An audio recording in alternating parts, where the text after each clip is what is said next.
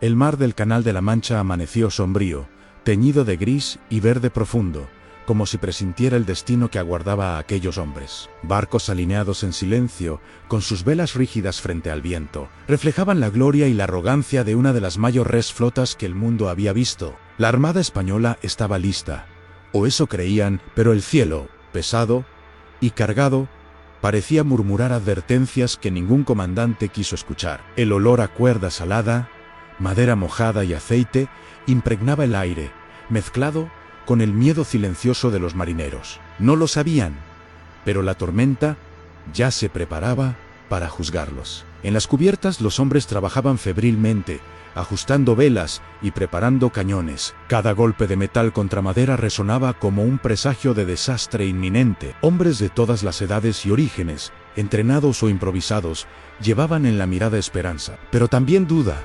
El Atlántico no era enemigo solo del cuerpo, sino de la mente. Y la mente de miles de hombres sería puesta a prueba aquel día como nunca antes. Cada ola que rompía contra los cascos traía una advertencia silenciosa, un recordatorio de que la naturaleza podía ser más cruel que cualquier enemigo humano. El almirante Medina Sidonia observaba el horizonte, con los ojos fijos en el viento cambiante y en las nubes cargadas. Durante meses habían planeado invasiones, sueños de gloria y conquista, pero no podían controlar la furia del mar. Sabía que la disciplina de la armada y el valor de los marineros serían insuficientes si el clima decidía juzgar la bravura española. El peso de la responsabilidad aplastaba su postura, aunque intentaba mantener la calma. La tensión era invisible, pero tangible, infiltrándose en los huesos de cada hombre a bordo. Las naves inglesas,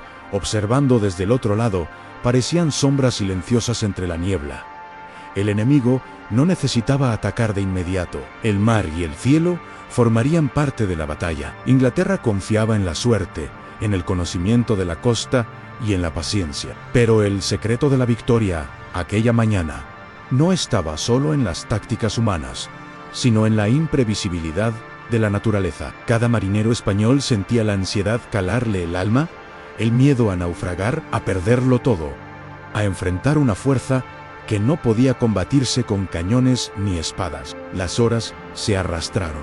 Los vientos comenzaron a aullar con más fuerza, el mar a agitarse con furia creciente. El horizonte, que antes parecía estable, se transformó en un muro gris de nubes cargadas y aguas embravecidas. Olas que el día anterior parecían normales, ahora crecían en altura, rompiendo con violencia contra las proas, empujando barcos unos contra otros, poniendo a prueba la cohesión de la armada.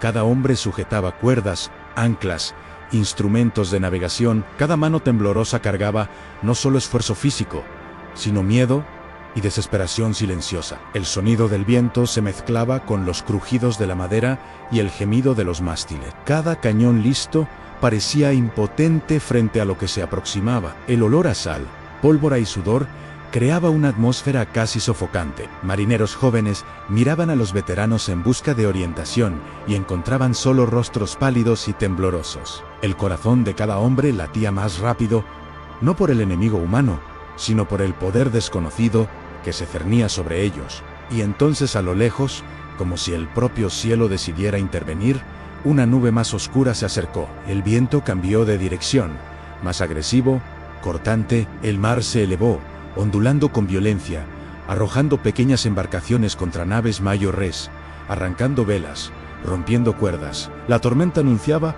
que no habría gloria en aquel viaje. Habría lucha, sí, pero contra algo más antiguo que cualquier ejército, la propia naturaleza. La Armada Española, la mayor ere jamás reunida, se volvía ahora vulnerable ante su verdadero adversario. No eran solo barcos y hombres, sino orgullo, confianza y disciplina, llevados al límite. Cada error humano, cada vacilación, cada cálculo equivocado sería amplificado por el mar furioso y el viento cortante. Y mientras los marineros miraban al horizonte y a sus propios compañeros, nadie se atrevía a hablar. El silencio, pesado y cargado, decía más que cualquier orden. Ese sería el día en que la naturaleza decidiría quién sobreviviría y quién se perdería para siempre. El viento cortaba como cuchillas de hielo sobre los rostros de los marineros, cada ola parecía un muro viviente que se alzaba para aplastar los barcos de la armada. Los mástiles crujían, las velas se rasgaban con el sonido de papel antiguo hecho pedazos, y las cuerdas estallaban como látigos. El olor a sal mezclado con aceite quemado y madera partiéndose era asfixiante. Los hombres se aferraban a las barandillas, intentando mantener el equilibrio, mientras el pánico se propagaba más rápido que el agua que invadía las cubiertas. Las naves, antes majestuosas, ahora gemían y se doblaban bajo la furia del mar. Embarcaciones pequeñas eran tragadas por las olas, desapareciendo en segundos, llevándose consigo a marineros que gritaban, implorando un auxilio que no llegaría. Cada hombre sentía el frío del océano penetrar hasta los huesos, pero el verdadero terror estaba en los ojos de quienes veían a sus compañeros de guerra ser arrancados por el abismo líquido. La disciplina, que durante meses los había mantenido unidos, ahora parecía un recuerdo distante, incapaz de resistir la fuerza despiadada de la naturaleza. Medina Sidonia intentaba mantener el mando, pero su propia mente vacilaba ante el caos. Las órdenes se daban, pero no llegaban, o eran ignoradas, devoradas por el rugido del viento y el estallido de las tablas. Cada decisión parecía inútil. Hombres experimentados temblaban, y los más jóvenes lloraban en silencio, aferrándose a cualquier cosa que pudiera evitar la caída. El orgullo de la armada se disolvía en segundos, reemplazado por miedo puro, esa forma primitiva de conciencia de que nada, ni el valor ni la fuerza, podía resistir a la tormenta. El mar se convirtió en enemigo y juez al mismo tiempo. Las olas chocaban barcos entre sí, destruyendo formaciones cuidadosamente planeadas. Cada colisión iba seguida de gemidos y gritos ahogados,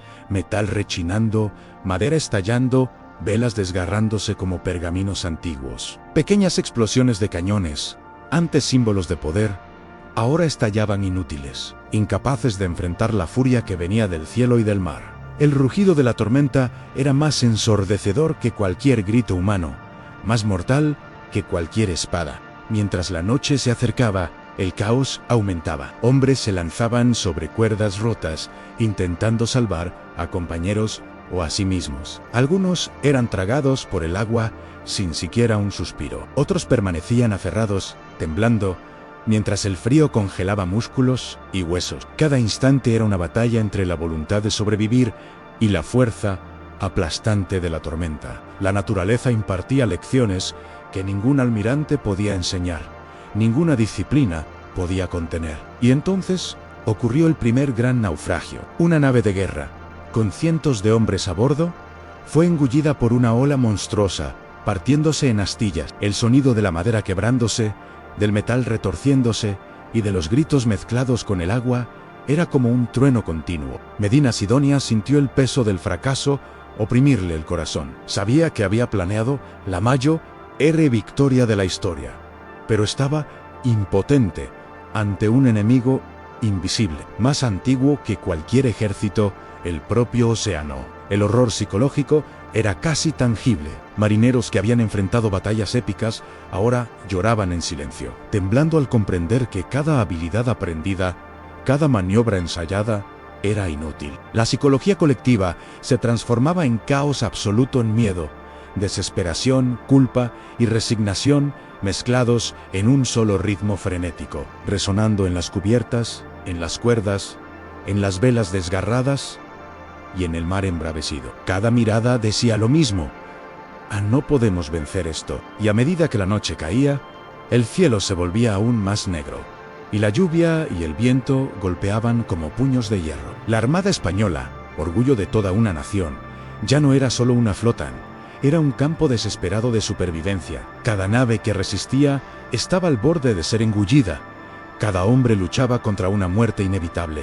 Y el secreto de aquel día quedaba claro: no fueron enemigos humanos los que destruyeron a la Armada. Fue la furia absoluta de la naturaleza combinada con la vulnerabilidad psicológica de quienes creían poder controlarla. El horizonte desapareció, tragado por nubes negras, olas monstruosas y el rugido incesante del mar. Lo que quedaba era la esencia pura del miedo humano, probado en su forma más cruda: frío, agotamiento, hambre, impotencia y desesperación. Cada marinero aferrado a la cubierta sentía la fragilidad de su propia vida y la certeza de que aquel día jamás sería olvidado. El cielo cayó sobre la armada como un martillo invisible, pesado e implacable. La tormenta no era solo viento o lluvia, era una fuerza consciente, como si el propio mar hubiera decidido juzgar la arrogancia humana. Los barcos se rompían unos contra otros. Los mástiles se partían con el sonido seco de la madera estallando. Las velas se desgarraban en pedazos como pergaminos antiguos, llevándose los últimos restos de control. Cada ola parecía viva, arrancando hombres de la cubierta y devorándolos en segundos, mientras el grito de cientos de voces se mezclaba con el rugido ensordecedor del mar. Medina Sidonia observaba, impotente, el caos absoluto. Cada decisión era inútil. Cada intento de reorganizar la flota fracasaba ante la fuerza implacable de la naturaleza. El almirante que antes confiaba en la planificación y la disciplina, ahora veía cada nave convertirse en un ataúd flotante. Cada orden que resonaba en las cubiertas era tragada por el viento, ignorada por el destino, ignorada por la propia naturaleza, y la mente de los hombres, antes firme, cedía. Miedo puro, pánico, resignación en cada marinero luchaba más contra su propia mente que contra las olas. El frío cortaba como cuchillas. Las manos temblorosas no lograban sujetar cuerdas ni instrumentos de navegación. Ojos desorbitados buscaban rostros conocidos, pero encontraban solo la muerte o la furia del mar. Soldados experimentados, curtidos en batallas en tierra firme, se descubrían frágiles, pequeños, insignificantes ante una tormenta que no negociaba. La disciplina, que debía ser la armadura mental de la armada, desapareció. Cada nave aislada, cada marinero solo, era un fragmento de humanidad frente al poder absoluto del océano. Y entonces el primer gran buque de guerra sucumbió por completo. Los mástiles cayeron como flechas. La madera estalló con un estruendo sordo. Los cañones se hundieron con sus marineros atrapados en cubiertas inundadas. El sonido era una sinfonía de horror en madera, quebrándose, metal retorciéndose, cuerpos arrastrados al abismo. Los hombres gritaban, suplicaban, luchaban contra lo imposible, pero la furia del mar era inexorable. Cada segundo parecía una eternidad. Cada intento de salvar a un compañero se convertía en un gesto desesperado e inútil. La destrucción se propagaba de nave en nave. Embarcaciones pequeñas eran engullidas por olas colosales, llevando consigo a marineros que jamás volverían a verse. Las canoas de apoyo y los botes de rescate también eran tragados por el océano. Los hombres se aferraban a los restos temblando de frío, de cansancio y de pavor, mientras sentían como siglos de tradición naval se desmoronaban en instantes. El mar se volvía una fuerza de carácter casi divino, juzgando con severidad la arrogancia humana. El estado psicológico colectivo de la armada se desintegró. Hombres que antes obedecían órdenes con disciplina, ahora lloraban, gritaban, maldecían al destino y a la propia vida. Cada cuerpo perdido aumentaba la desesperación de los sobrevivientes. Cada nave que se partía era un recordatorio cruel de que la mayor batalla no era contra enemigos ingleses, sino contra la fragilidad humana. Aquella tormenta enseñaba, de la forma más brutal, que ninguna estrategia podía vencer el poder absoluto de la naturaleza, y que el valor y la bravura eran insuficientes frente al mar embravecido. La noche cayó, pero no trajo alivio. La lluvia se mezclaba con la sal del mar y con las lágrimas. Vientos que parecían puños de hierro arrastraban embarcaciones, destruían velas y arrancaban mástiles. El frío cortaba huesos y músculos. La fatiga consumía cada célula, y cada marinero consciente sabía que la muerte podía llegar en cualquier instante. Algunos permanecían aferrados a restos de madera, con los ojos fijos en la oscuridad y la furia que los rodeaba, en silencio, esperando el final. Otros gritaban desesperados, mezclando súplicas de auxilio con rabia contra un destino cruel. Y Medina Sidonia, contemplando la flota en ruinas, comprendió la magnitud del desastre. No había gloria, no había redención, solo la verdad cruda. El Mayo R. Ejército Naval de España estaba siendo destruido por algo que no podía atacarse ni negociarse. El orgullo de toda una nación, la confianza en su superioridad, la esperanza de conquista. Todo se desintegraba como madera entre las olas. La historia presenciaba un colapso absoluto, y cada hombre, a bordo, llevaba en el cuerpo y en la mente el recuerdo del día en que la arrogancia se enfrentó al poder implacable de la naturaleza.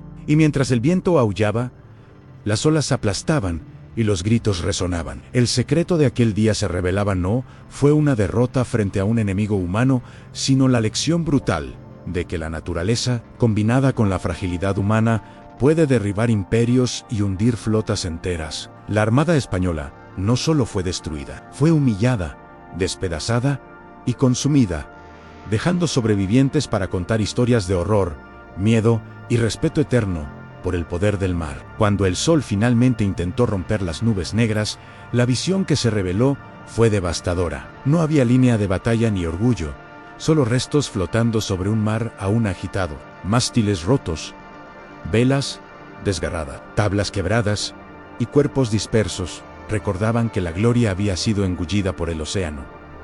La tormenta no solo había destruido barcos, había destrozado la confianza, el orgullo y la ilusión de invencibilidad de la Mayo, flota jamás reunida por España. Los pocos sobrevivientes se aferraban a trozos de madera o botes improvisados, exhaustos, empapados y congelados. Sus ojos reflejaban horror e incredulidad. Lo que quedaba no era victoria ni derrota humana, sino el testimonio de la fuerza primitiva y absoluta de la naturaleza. Cada hombre consciente cargaba el recuerdo de la impotencia, del frío que congelaba los huesos y del agua que engullía a compañeros en segundos. Y en el silencio, entre el último rugido de las olas, se percibía la verdad cruda a ningún plan, ningún orgullo. Ninguna disciplina puede resistir la furia del mar cuando la mente humana falla en comprender su magnitud. Medina Sidonia, aún con vida, contemplaba el océano como quien observa una sentencia irrevocable. La armada, símbolo de toda España, ya no existía. Cada estrategia, cada nave, cada marinero perdido representaba una lección grabada en sangre y madera, el orgullo humano. Cuando desafía a la naturaleza, encuentra su límite infranqueable. El almirante sentía una mezcla de culpa, desesperación y respeto absoluto por el océano que había juzgado la arrogancia humana sin piedad. Sabía que el país entero cargaría para siempre con el peso de aquel fracaso. En las ciudades costeras, las noticias llegaban lentamente. Sobrevivientes eran hallados en playas lejanas y sus relatos de terror y resistencia fascinaban y aterrorizaban al mismo tiempo. Cada testimonio hablaba de olas monstruosas, mástiles cayendo, marineros arrastrados al abismo y de la mente llevada al límite. España, orgullosa de su marina y de su poder, aprendió de la forma más brutal que la naturaleza puede ser más decisiva que cualquier batalla, y que la fragilidad psicológica y física de los hombres se revela cuando se enfrentan a fuerzas fuera de su control. El impacto histórico fue silencioso pero profundo. La Armada no solo fue destruida, la reputación, el prestigio y la confianza de una nación quedaron quebrados. La tormenta dejó una marca imborrable en la memoria colectiva en el mar. La mente y la naturaleza juntos pueden aniquilar imperios y humillar a los hombres más poderosos. Cada nave hundida era más que un instrumento militar perdido. Era la prueba de que, por más que la arrogancia humana intente controlar el destino, existen fuerzas que permanecen intocables e insuperables. Y mientras los restos flotaban y los sobrevivientes se arrastraban hacia playas distantes, el viento parecía susurrar una lección antigua. El verdadero poder no está en las armas,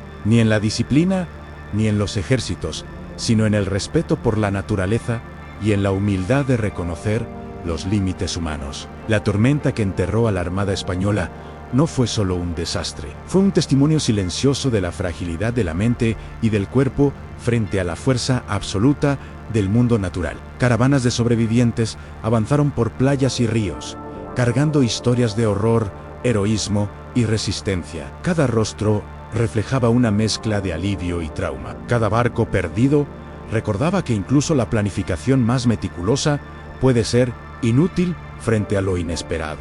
Así, España aprendió que el orgullo, incluso sostenido por ejércitos y flotas, no puede competir con la fuerza bruta y silenciosa de la naturaleza, que actúa sin culpa y sin prisa, dejando solo lecciones para los vivos. Al final, el océano recuperó el silencio, engullendo madera, pólvora, sueños y vidas. Y aquel día, 1588, quedó como un recuerdo eterno. Una nación entera humillada, no por enemigos humanos, sino por la tormenta que demostró que el poder absoluto pertenece solo a la naturaleza y a la mente humana capaz de respetarla.